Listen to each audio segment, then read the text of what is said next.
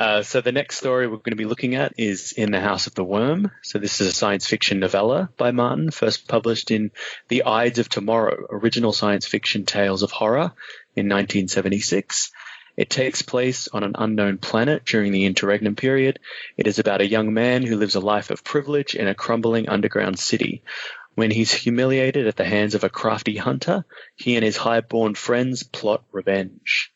So what would you give In the House of the Worm? How many worms would you give it? I'd give it 4.5 out of 5 worms. I thought it was a pretty interesting read.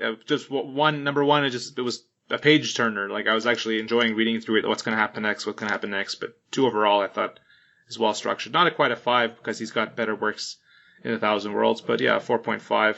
And maybe that's a bit high because I just read it recently and enjoyed it. I might have been lower if it was a larger gap, but I liked it. I have a harder time. I'm weirdly prejudiced. Like you just hate everything, Michael. Like, have you ever done anything more than the problem is just that I hate at least in Bitter Blooms, it's like, oh, that sounds like a really cool ship. I wouldn't mind being on that awesome ship. But you don't want to be in this world? House, I just don't want to be there. You just have to picture yourself in this world. I know, but like it just it makes me. It makes me hate everything. It makes me like, ugh. Everything is so gross, and everything is gross and dark and just shitty, and it makes me hate it. But no, it was a good story. I mean, like I definitely agree. Like much more of a page turner than Bitter Blooms. But I don't know. 3. I'll go 3.5. That's my final offer. Yeah, I'm gonna give this one a 3.5 again, for different reasons. Like, I found the atmospheric elements of the story and just like getting lost in the sort of horror of this journey and descent really appealing. But I didn't think it just didn't have like I hated everyone in the story. Like, all the characters were awful people, which is fine. That's but, like, also part of my problem. Yeah, I just wasn't like getting into anything. Like, whereas I was kind of appealing to the sort of story of Sean and the way that resolves. But here, like, I wasn't really compelled by Annalyn and the way that he resolves his story, so I just wasn't feeling that as much, but I just love the atmosphere of it. So yeah, 3.5. I really enjoyed this story too. I think the world building was really rich and imaginative. The story, it's a compelling mix of adventure, mystery, and horror. And the atmosphere is delightfully weird and gross and really claustrophobic. Like, I could feel my skin crawling and getting tense throughout. Reading through it, I found myself constantly asking, like, what is wrong with Martin that he comes up with this stuff? Yet at the same time, I couldn't wait to find out what was happening next. So yeah, I'd give it 4 worms. 4 spice worms, whole hogs. Yeah, spice worms. That's a good way of putting it. I thought you were gonna like announce a sponsor. That's what. Yeah. With the House of the Worm toilet paper. It's made from real worms. Sounds great. What was one of the things I found interesting about this story, because it kind of has like almost 3 arcs to it, or three. The first going down toward the meat bringer story, and then the initial runaway, and then the kind of the resolution part. But by part 2, I kept thinking, okay, let me flip the page. It's going to be finally over. He's going to die now. He's going to die. Like, when is he going to die? Like, it's almost like it's setting up that this guy's going to have a horrible death. It's like, what? This guy survives to the end? That was kind of a subversion, in my view. I had no idea what was happening. Like, it was all so weird. And the story to me was more, not so much the fate of the characters, but what was going to be discovered. And again, it's like, yeah, like most of the characters are pretty unlikable. Like, they were more just avenues or avatars to learn about the world. And the Meatbringer is just such a weird, perverse, fascinating character. So I like him. I like him. That was the joy of it for me, just to learn these perverse, weird characters and see what happened to them. But I wasn't really expecting anything in particular other than to be grossed out. I did find that the first page or so was a little bit hard for me to get into because it was just so much going on that was alien to me, and it was hard to visualize it. And actually looking at the comic book actually was pretty helpful in that sense, because I read the comic book version as well. After the first couple of pages and it got going, it was good to get into, but it was a little difficult that first couple of pages. I find these comics, the images of these, so funny because like it's so not what I thought. Like, yes. I picture like such a dark, dank environment, even in the like feasting halls and like the nice places. Like, I picture even that having this kind of perverse, disgusting quality to it, this is very utopian the way that the comic portrays it.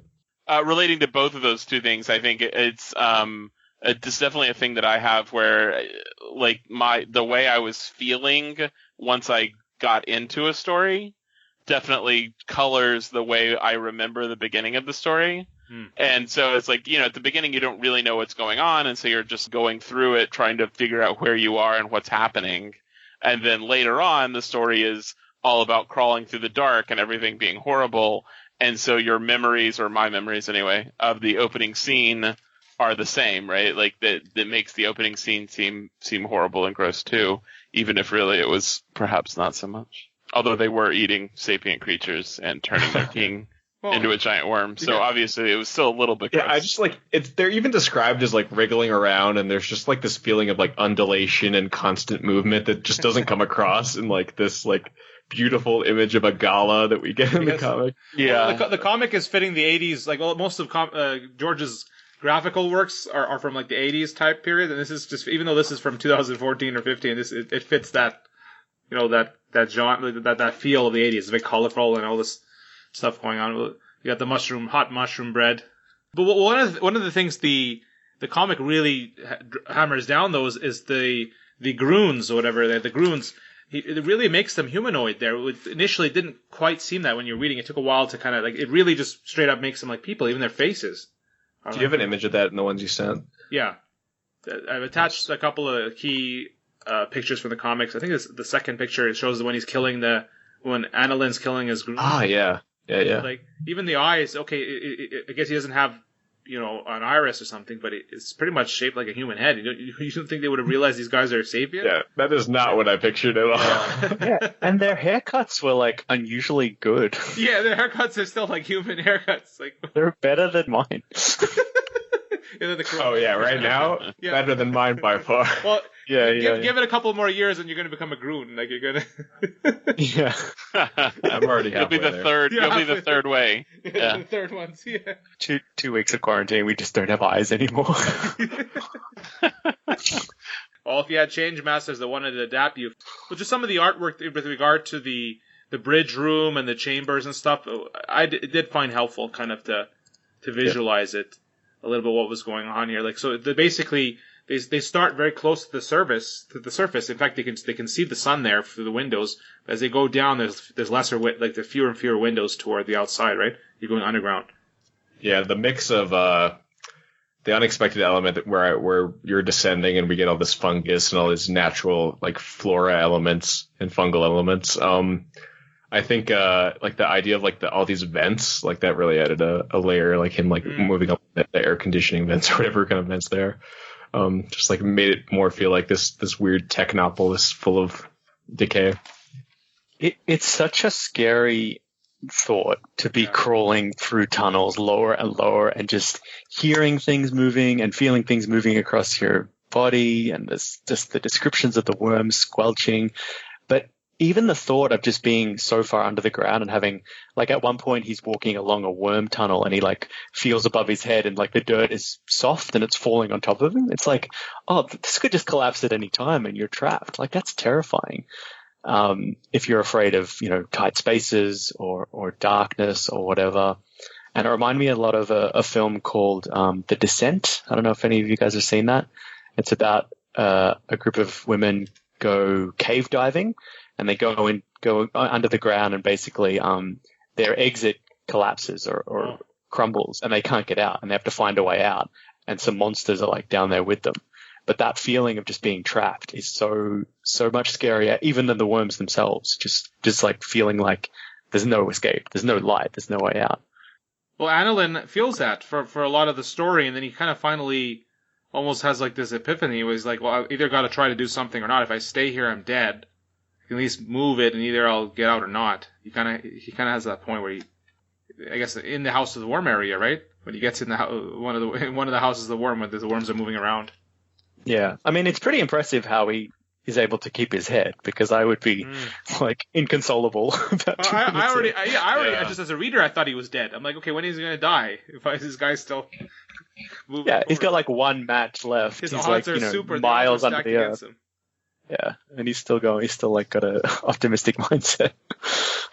I think my favorite part of his little journey here, and it kind of follows from the theme we were talking about for Bitter Blooms, is the moment where even after he's kind of experienced all these proofs that the things that he has believed all his life are not are not so, he goes back to them in this moment of terror, in this moment of desperation. He like says the mantra to the white worm, which I can read quickly, which is, "So praise the white worm whose name is Yagala, and grieve not though our lights burn dim and die. So praise the white worm whose name is Decay, and grieve not though our energy fades and fails.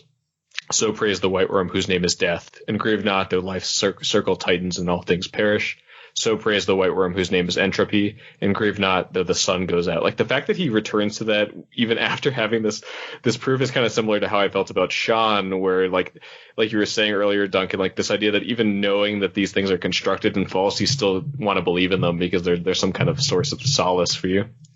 Yeah, and they're not true necessarily, but they're true in the sense that you can still derive power and resolve from them. Like you can reshape the world with the determination you gain from them. They still have some meaning. Well, a lot of what he's saying seems true to me, like this entropy and this light thing. I think he's just his point is like seems on track. Yeah, his philosophy is not to grieve about it or whatever, but the actual background is okay. Yeah, there's entropy. There's that. And there is a hope there that, you know, the description of this world is horrifying. Like this is a nightmarish scenario, that the existence and the environment they live in, but they've kind of built something out of it. And they've like got rituals, and they have food, and they have gatherings, and they have merriment. Like it's a very, the society's fatalistic and hedonistic, but it's still functioning. It's still perpetuating. There's like as long as there's life, I guess there's some hope that you can, you know, have it tomorrow. I don't know, I liked the Bitterbloom society a lot more, even though they were harsh. I think they were like Bitterblooms. It seemed like I didn't even hear anything about a war. I think they realized war is not even worth it. They're going to have to work to survive, have traits. Whereas this society, they are so hedonistic. They are eating these sentient beings and vice versa, and doom is coming with the worms that are growing. Like they should be working against it, and they're not. That sounds familiar, right? As far as fire comparisons, yeah. These sort of pointless conflicts when there's a greater threat that should be dealt with. Yeah, they're certainly very complacent. And but I mean, in my view, when I was reading it, though, I mean, the Groons did not look like the Groons in the comic. Yes, they were sentient beings, but they weren't so close to humans. You literally could just put your face beside it, and the only difference is just the eyes. Like that was a bit much. I think they would have changed a bit more than that. Mm-hmm. I don't know. It's like you look at like the food on the table, and there's this guy on the table. It's like, is that a Groon? Like there could be a guy. Like yeah. Are they that just jaded? I mean, could be. They just. Yeah, it's pretty gross. I was just looking at the start here. A quick note I made about the Lannister twins, Carolee and Amelin, sister twins, right? They kind of look similar. So as far as those, like, I was really, like, the thing that this reminded me of so strongly, just as a feeling, was actually the prologue of A Game of Thrones. Just the idea of this, like, noble character who thinks that he knows best going into this dangerous place. And the result of it's quite a bit different, but just the feeling of that journey it really evoked that for me. What is Meatbringer Brandon then? Brandon Stark? I thought he was like Garen, right? Yeah. But kind of different. Yeah. He's so crude, and he doesn't care about that they shared the mating worm and all that. He's just like, straight up goes for Carolee. Well, I guess Meatbringer would be like that Maester who's cobbling body parts together. Oh, what's his name? I forget every character's name. But it looks like he's kind of like Craster as well, right? Because he's kind of trying to breed with the different. Oh yeah. Both sides. Yeah, Craster. Yeah. Although we never really find out if Meatbringer has been successful in actually having children. Maybe he is if he's had experience of that. What is Meatbringer? He's just a mutated person, like among the torch pairs or whatever, people that work, I guess, and maybe with making fire or often in the dark at the same time. Maybe he's just someone who's able to both see in the dark and tolerate light. I guess so. Yeah. Yeah. Yeah. I guess. I mean, it's not really very clear, like how much what are they? The third what? Three what? Third people? Third people? What? I forget what they call them. Yeah, what they keep saying. Yeah, so it's not clear, like, to what extent, like, that's actually, like, is that just sort of like a fantasy of Meatbringer, or is that something that is actually happening and he is one? Like, are there actually others, and do they understand how to create them, or is it just sort of an idea? Yeah, I don't know.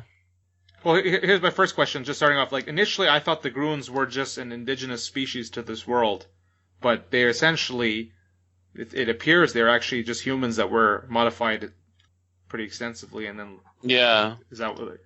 That's suggesting, because when you look at when he's in that room with all the Groons on the wall, and then the first Groon still kind of has eyes and is wearing a helmet with the Theta, so was that like the first Groon prototype? And then it evolved? Well, it seems like, the golden Theta is the symbol of the Earth biological eco-core or whatever it is. I think it's talked a bit about in Tufts Voyaging, which I haven't read, but I've read a little bit about. He wears a cap from the I think that has the golden Theta on it. Right. So they were during the Double War. Prometheus was the planet, and that was where the biological warfare corps was set up, and they would wage war against the Harangans by basically just sending biological plagues, pestilence, affecting different planets' ecologies or flora and fauna to wreak havoc against their enemy. So this world, or the perilous state that this world is in, may be a result of the biological warfare. The creation of the grounds may be deliberate, or it may be just like after effects of radiation. It's difficult to tell. Well, just the fact that he's wearing that helmet, though, suggests, and you have like that line of them, suggests that they. But then why would they make them? Like, why would they make the Groons and then fight against the Groons? Unless there was maybe initially there was a first wave of people that were here, they made the Groons, and then later this other wave of people came with other change masters and fought. Well, I mean, yeah, if it was deliberate, I guess you could speculate. Because I think the Harangan, the head Harangans, are underground. The Harangan mines are kept deep under the earth, so maybe that was an enemy that could sort of go under the earth to attack. Like the Groons were being used to attack, or to conquer to fight other Harangan species down there initially? Well, to fight underground species, or to sort of seek out the actual Harangan mines, who sort of control all of the shock troops in the war. And then some other group of people came or landed there, and then they kind of went at them. Yeah, I don't know. Yeah, there was a battle maybe with the Harangans, and this was kind of like the devastation that followed, and no one ever reconnected with that planet. But initially, I didn't realize it was part of the Thousand Worlds universe, because Bitterblooms, it's quite obvious because she's mentioning all these other planets and all these other figures. But here you can it's not clear except for a few key bits where they sort of talk about the Change Masters, and they mentioned the Theta. I didn't actually know what the Theta was until I went searching online. A zero with a cross in it or something? Yeah, but I didn't realize it was a symbol of the Biowar. And ecological engineers or something, or ecological engineering corps, I think was it. The warfare corps. And there's one other mention, I think, when he's giving the mantra about the white worm, he mentioned something about the ships have left. So that's kind of another nod that there was a more advanced civilization on this planet at one point.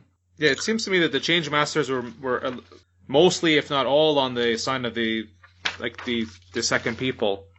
Because the Groons had the imagery of the Change Masters and the Giants causing trouble for them, breeding I mean, it's very tough voyaging when you see that they started breeding these worms and other things. That's what they did. They used environmental warfare, biological warfare against others. So they unleashed that against the Groons here. But then just the fact that you have that Groon wearing the helmet is just confusing to me. It's like, is that another faction of Change Masters, or just the initial Change Masters? That's unanswered questions. I guess you have to just interpret it one way or another. Mm-hmm. It could be that some Change Masters wanted people to adapt to become these creatures. That was the way, because the sun's dying and it's worth to do so, and others didn't want to change humans that much. They said, no, let's leave humans the way they are. And this is kind of brought up, I think, in Dying of the Light. There are types of humans that have been changed enough by the Prometheans that they're no longer interfertile with the rest of humanity. So I think the Kavalar are sort of fixated and think that they call them mockmen, but they sort of call everyone mockmen. They call foreigners mockmen. They call, poor people mockmen. Anyone who's not Kavalar, they call mockmen and hunt them. But that seems to be a residual trauma that was left over from when they were fighting the Harangans, or the Harangans were raiding them and sending sort of different animals or different sent people that flavors pretended to be like humans, right? That were the enemy, and they were mocked to infiltrate. To infiltrate the clans. That's right, but I don't think that necessarily relates to the people in the other worlds that were engineered, because those were still people. Like, they weren't engineered by the Harangans. They were just modified so much that they can't be interbreeding. Mm. Yeah, so these huge white eater worms were initially unleashed against the Groons, and they are wreaking havoc down there. But the danger is that they may eventually come up and attack people once they're done there. Yeah, and I guess that's kind of Martin showing the folly of war, that the weapons we create for our enemies end up eventually just going to be used against us. Kind of makes me think of Godzilla. Like, the Godzilla movies are kind of seen as an allegory for nuclear warfare. That we create. I'm pretty sure Iron Man, the movie, did that first. and Iron Man. Well, a lot of stories, potentially. A lot of, like, Cold War era stories use that threat, that idea that we create this terrible weaponry, but eventually it'll just destroy all of us. I'm reading here that the helmet description, I'm looking on the comic as well, and it says Silver Theta. It says Silver Theta, and the comic also has a Silver Theta, not Golden Theta. The helmet that was on the Groon, like the first Groon where they still had eyes, Silver Theta. So I wonder if that's a different faction of Changemasters. Or if it's just, if it's like, I mean, it could be that the Changemasters themselves wear gold and they have their, I don't know, like a creation gets silver instead of gold. I don't know. But regardless, I mean, like the fact that the Groons are created by Changemasters, I think that's suggested. Like if the first one is wearing a Theta helmet. Right. I was just meaning that maybe silver was a subordinate position or something. Yeah. I don't know. Have you guys read the story by Martin called Dark Were the Tunnels? Yeah, I have it in the kind of the little book that has Song for Lie and Other Stories. I have that book. Yeah. I think it's in Dream Songs as well. And I read that first, and I think that was published in 1973, so it was before In the House of the Worm. And I noticed there's a lot of similarities. Like, it's a much shorter story, but it's basically about, initially it takes place from the perspective of this little creature deep under the earth, kind of, he can't see, but he's sort of psychic in a way, like he can sense other life forms, and he's hunting giant worms. And then it cuts to human beings basically excavating the planet, and you find out it's Earth, and that it hasn't been inhabited for hundreds of years since a nuclear war. But it has the same idea that there's these two rival factions, humans and these little underground people. And the little underground person thinks he's trying to make an alliance with the humans because there's these giant worms that are hunting them. So it's a much shorter story, but it seems to have a lot of the similar features that would eventually be fleshed out in the House of the Worm. That's a good point, Duncan. I'm glad you brought that up, because I was actually thinking about that as well, having read this. I'm looking at the date here, 1971. So it's pretty old. It's almost like his first shot at the story. And then he went, because there's nothing in this story to tie it to Thousand Worlds. In fact, it probably is not, because the Earth is destroyed, basically, irradiated, that caused the evolution of this like species of human, and then these are the people coming back from the moon. So it's just like a one-off short story, but I think he took this concept and then worked on it again in the House of the Worm. Yeah, because Earth was never destroyed, as far as we know, in the Thousand Worlds universe. It basically just isolated itself from all the other planets. And also, I mean, I remembered this story initially when reading House of the Worm, and I thought there was this other story written by some other author I remember, but it's actually George. It's George's story. I did remember this story. Yeah. The guy even has like a psi rat, like he has like a bond with his rat, the human on the planet. But then it turns out that they're so different now, because the humans coming back from the moon they were hoping to get some more genetic variety, right? Because they only had a low population over there, and then they're like, okay, maybe this is not a good idea, because they were just so different.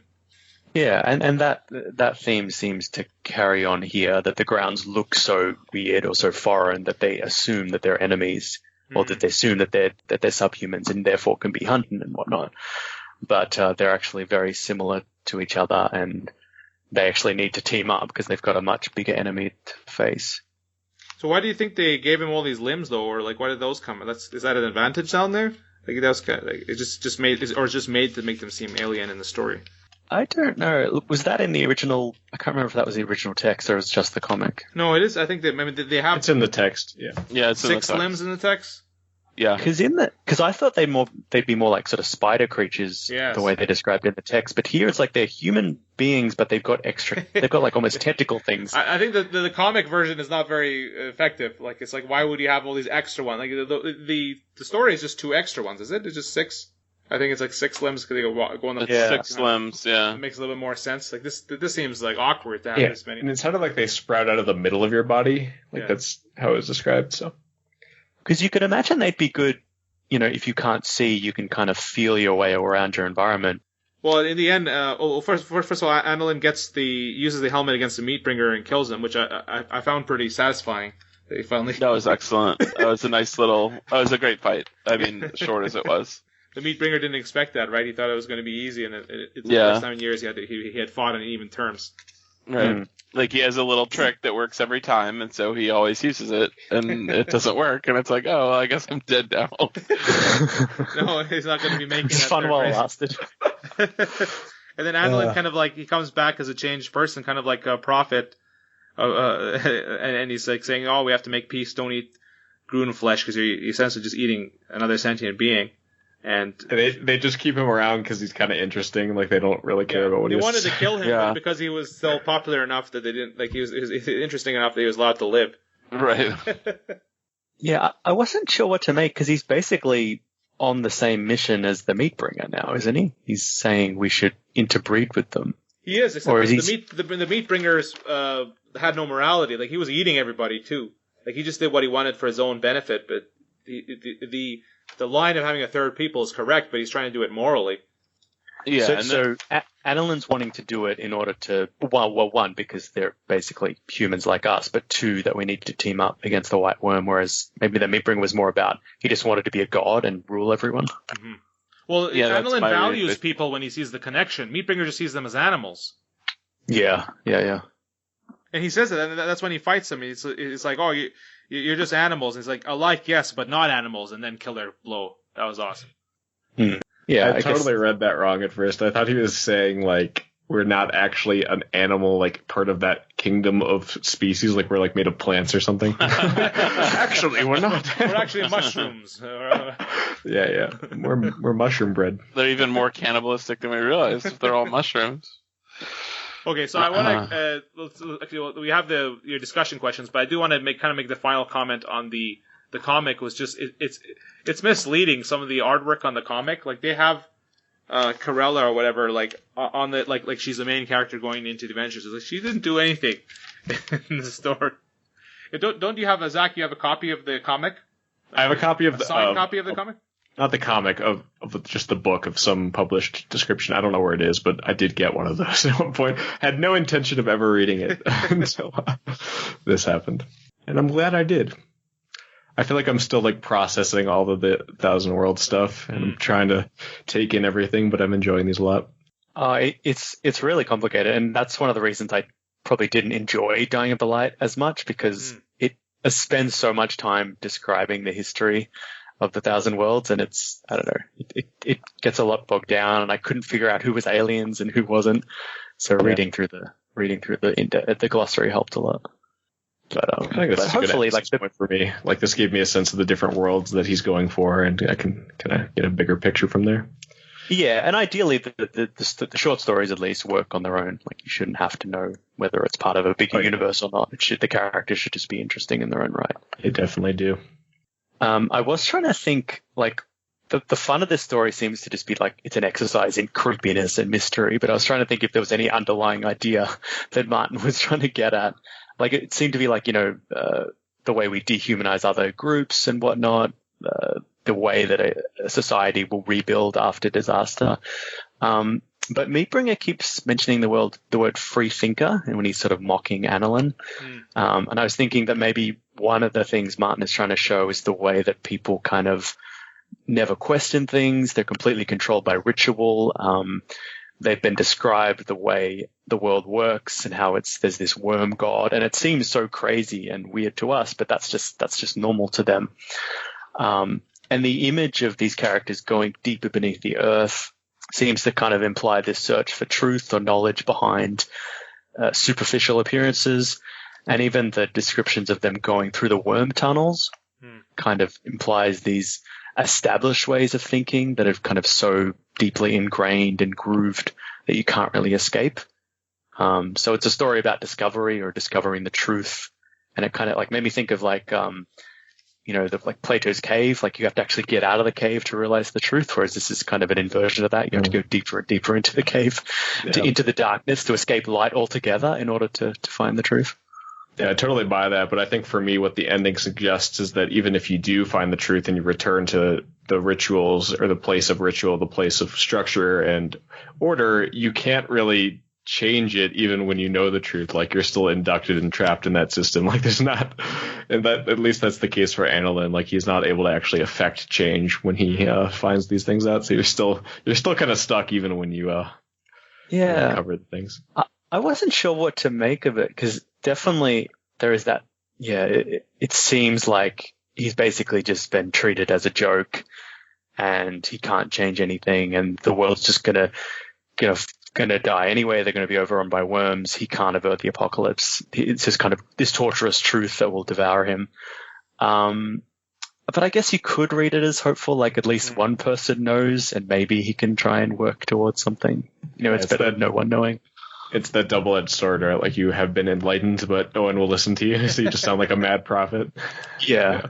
Well, it depends on whether he had a lasting legacy, which we don't know. Like, did the next generation have more followers of Annalyn or something? They started moving that way, movement. Like, we just don't know that.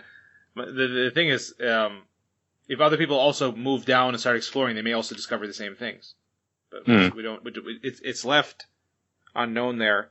I feel like there's a lot we didn't discuss here. I guess we talked about the fact that Annalyn's friends are her food. They end up being hooked. It's a really scary story at the same time. It's like certainly he's playing with the horror elements here, right? He's on hooks. Are they on like chill or something? Is there ice there?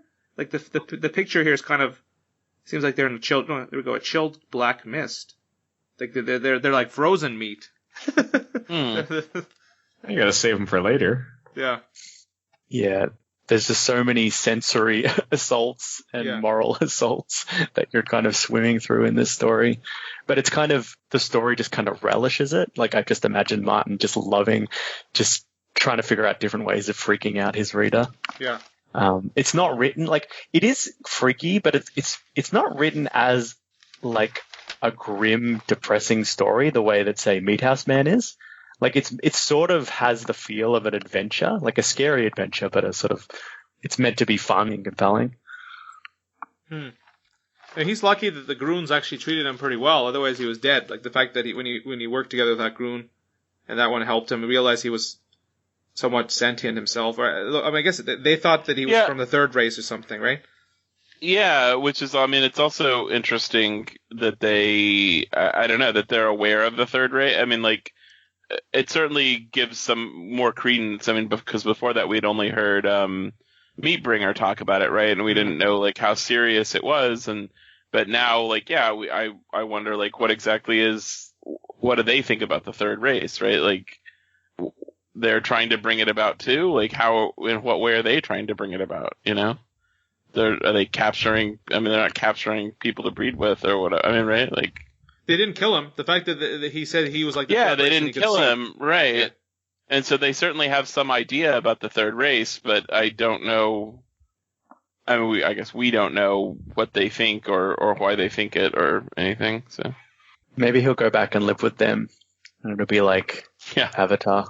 Well, the difference is that he actually knows where that room is with all the evidence. You'd think he might take somebody there and show them, but no one was interested in that, I guess. Does he actually? I mean, like he's got the helmet. He could find his way. Yeah, he has the helmet, but I mean, it's still a confusing situation. Oh, you're right. Maybe finding his way back to that specific spot would be different, right? Because he came back from a different route. What's going on with the world overall? It seems like the sun is dying essentially, right? That's why they ended up going underground. Right. Yeah. Okay. Any final discussion questions, Duncan? Let's see your document here. We covered it all. I think that's pretty much everything.